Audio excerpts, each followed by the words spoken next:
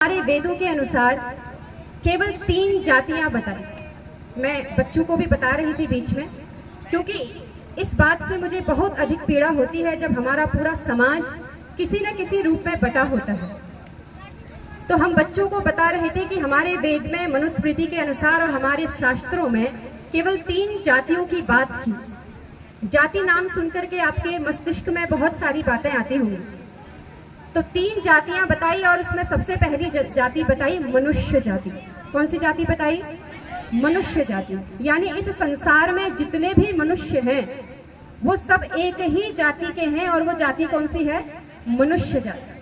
और जो मनुष्य के अलावा और प्राणी हैं, कीट पतंग पशु पक्षी आदि, ये सब दूसरी जाति में आते हैं और उस जाति का नाम है पशु जाति, जो भोग योनि में है। मनुष्य से अलावा जो भी प्राणी हैं वो सब पशु जाति में आती हैं। और तीसरी जाति बताई स्थावर जाति, यानी जितने भी पेड़ पौधे आदि हैं वो सब किस में आ जाएंगे? स्थावर जाति में।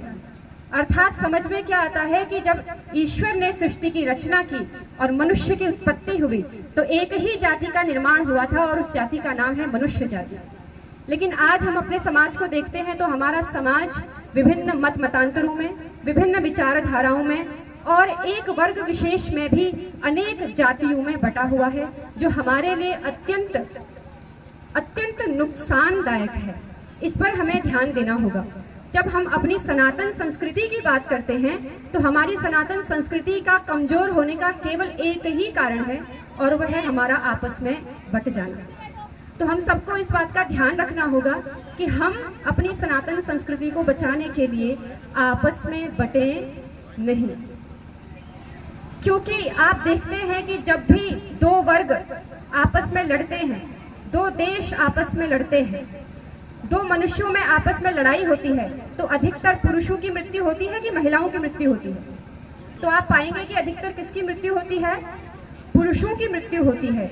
और जब भी युद्ध होता है, जब भी खींचतान होती है, जब भी 2 वर्ग आपस में टकराते हैं, उसमें सबसे अधिक यदि पीड़ा उठानी पड़ती है तो वो पीड़ा उठानी पड़ती है हमारी स्त्रियों को, महिलाओं को। वर्ग चाहे कोई भी लड़े, लेकिन किसी भी वर्ग की महिला है, उस वर्ग की महिला को कष्ट उठाना पड़ता है, और उन कष्टों की चर्चा भी हम नहीं कर सकते। ऐसे ऐसे कष्टों को हमारी महिलाओं को उठाना पड़ता है। हम लोगों ने जो यहाँ पे शिविर लगाया, आचार्य भीम जी ने जो यहाँ पे शिविर लगाया है, अत्यंत, आप सोचिए अकेले इस काम को करना कितना मुश्किल होता है। और जो यहाँ पे स्थानीय लोग हैं उन्होंने उनकी बहुत मदद की है, वो सब बधाई के पात्र हैं, धन्यवाद के पात्र हैं। लेकिन हमें एक बात का ध्यान रखना होगा, हमारी बच्चियां इस बात को ध्यान से समझेंगे और भाई लोग भी। हम लोगों ने जो यहाँ पे तलवार सीखी है, हम लोगों ने जो यहाँ पर भाला सीखा है, जो युद्धम सीखा है, जो कुछ भी हमने सीखा है, वो सब काम कहाँ आएगा ये तो बात की बात है। लेकिन हमें एक चीज ध्यान में रखनी है बच्चों। वो क्या रखनी है? कि जब झांसी की रानी का समय था तब झांसी की रानी का समय अलग था, जब हाड़ी रानी का समय था तब समय अलग था। जितने भी हमारे सैनिक फ्रीडम फाइटर्स हुए हैं उन सबका समय अलग प्रकार का था। उस समय उनको देश पर मर मिटने के लिए बलिदान होना पड़ता था, प्राणों की आहुति देनी पड़ती थी, मैदान में आके लड़ना पड़ता था। लेकिन अब की परिस्थितियां कुछ अलग हैं।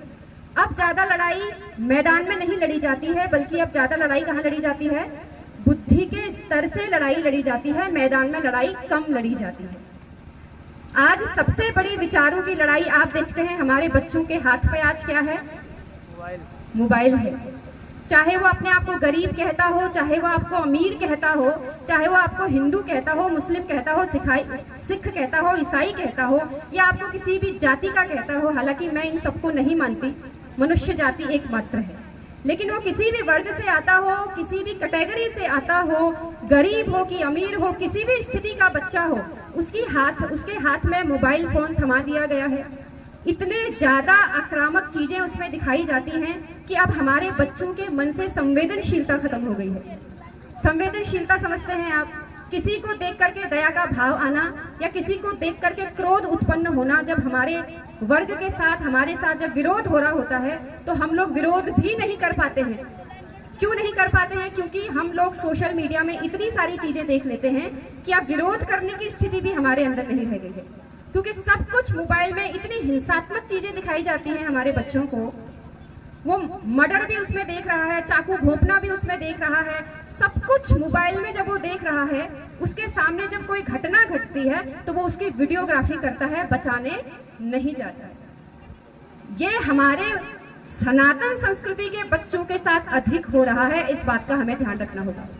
अन्य वर्ग जो है वो हर संसार में हर कोई अपने वर्ग को, अपने मत मजहब को आगे बढ़ाना चाहता है, उसमें कोई आपत्ति नहीं है, अपने मत मजहब को आगे बढ़ाने में आपत्ति नहीं है। लेकिन वो लोग बढ़ जाते हैं आगे जो लोग समाज में आक्रामकता फैलाते हैं, जो दूसरों के लिए तो ठीक नहीं है, स्वयं खुद के लिए भी ठीक नहीं है। तो ऐसी स्थिति में हमें अपने बच्चों को इन छोटी छोटी आदतों से भी दूर रखना होगा जो हम मोबाइल के माध्यम से उसको दे रहे हैं। और बच्चों को भी इस बात का ध्यान रखना है, जब तक हम खुद डिसिप्लिन में नहीं रहेंगे, अनुशासन में नहीं रहेंगे घर में, तब तक ये एक हफ्ते में जो आपने सीखा है, जब आप नए वर्ष में फिर से आएंगे, अगले साल फिर सीखने आएंगे, आपको लगेगा कि मैं इस चीज को दोबारा सीख रही हूँ, मुझे कुछ भी नहीं आता। क्यों लगेगा ऐसा? क्योंकि घर में उस अनुशासन का पालन नहीं किया गया है। आपने देखा, आप लोग यहाँ पे 4 बजे उठते थे, तो घर में जाके आप 10 बजे उठेंगे अगर, तो यहाँ जितना भी सीखा गया है वो सब मिट्टी में मिल जाएगा, उसका कोई तात्पर्य नहीं है। हमारा स्वभाव वही बनता है जिसकी हम बार बार प्रैक्टिस करते हैं। अगर हम इन चीजों की प्रैक्टिस रोज रोज करेंगे, जो हमने यहाँ से सीखी हैं उसको घर में भी रोज रोज करेंगे, दूसरों को सिखाएंगे, तब जाकर के ये जो हमने सीखा है वो हमारे व्यवहार में आएगा, हमारे स्वभाव में आएगा। और मैं यहाँ पर उपस्थित सभी और जो अतिथिगण हैं उनसे अनुरोध करना चाहूंगी कि ये जो बहुत अच्छा कार्य यहाँ पर हो रहा है, आप लोग तन मन धन से जैसे भी हो सके इन कार्यों में अपना सहयोग कीजिए। और हमारी जो सनातन संस्कृति है वो केवल गुरुकुलों के माध्यम से ही जीवित रह सकती है, क्योंकि अन्य जगह आपको पैसा कमाना तो सिखाया जाएगा, लेकिन अपनी संस्कृति को कैसे बचाना है, अपने शास्त्रों को कैसे बचाना है, इन बातों को बहुत कम सिखाया जाता है या फिर ना के बराबर सिखाया जाता है। इसलिए आपका बच्चा यदि गुरुकुल में नहीं पढ़ता है तो कम से कम हफ्ते में उसको गुरुकुल दिखाइए, अपने हाथों से, बच्चे के हाथों से गुरुकुल में दान करवाइए, उन बच्चों से मिलवाइए, ताकि उसमें भी एक प्रेरणा जागे। तो ज़्यादा समय न लेते हुए मैं अपनी वाणी को यहीं पर विराम देती हूँ। आशा है मैं अपनी बात को ठीक तरीके से आपके सम्मुख रख पाई होंगी।